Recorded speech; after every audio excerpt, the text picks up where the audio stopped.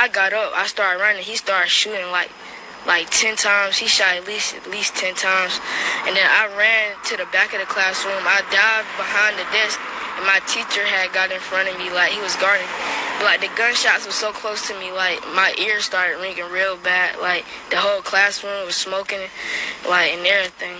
And then I got when he finally got out of the classroom, my teacher started barricading the door with desks and bookshelves and all that. And then I had got up. When I had got up, I had saw one of my classmates on the ground bleeding so bad.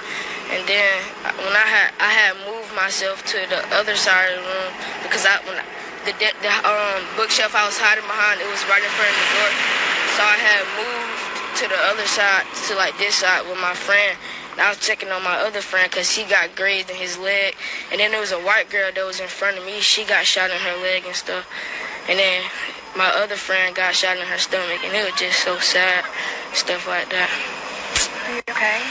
Yes, ma'am. That's a lot to process.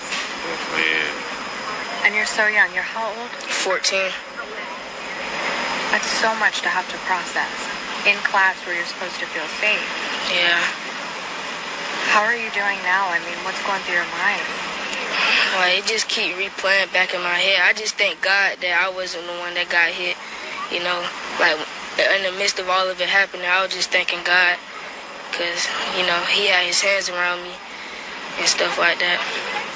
Because I could have been the one that got hit because I was right there. He could have easily got me, but God had his hands around me. It was just like a loud boom as if a locker had slammed. So my teacher thought it was just like some kid acting foolish. So then she took a peek outside and then we heard repeatedly the banging again, and that's when we could identify it was the gun. And then the hard lockdown was placed, and then we ran to the back of the classroom, turned off the lights. I was shaking, scared, and I didn't have my phone on me, and I couldn't communicate with my mom for a half an hour. And I didn't know what was going to happen because you could hear the gunfires right down the hall. So I don't know if it was like the last chance I had to talk with her. But luckily, I'm here. Luckily, he is here. And you could hear as he was recounting those moments, the mom, you could just see it in her face, kind of reliving probably what she had felt just moments ago before she knew that her son was there and he was okay. And that is the story, that is the scene of so many parents who are showing up today. Some of them still showing up to the school, picking up their children. I would assume that many of them by now have shown up already.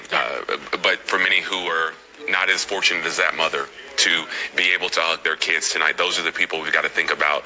A lot of people, a lot of family members affected by what happened.